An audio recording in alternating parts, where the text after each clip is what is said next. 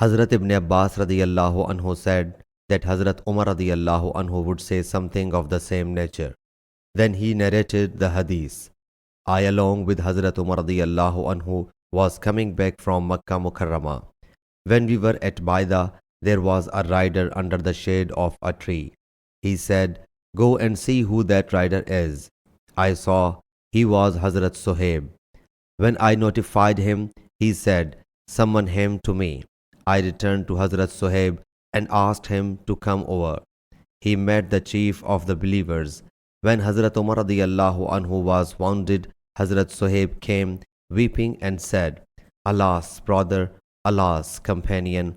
Hazrat Umar radiyallahu anhu said, "O Sohaib, do you weep over me in spite of the fact that Allah's Apostle sallallahu alaihi wasallam said, 'The dead is tormented due to his family's weeping over him'?"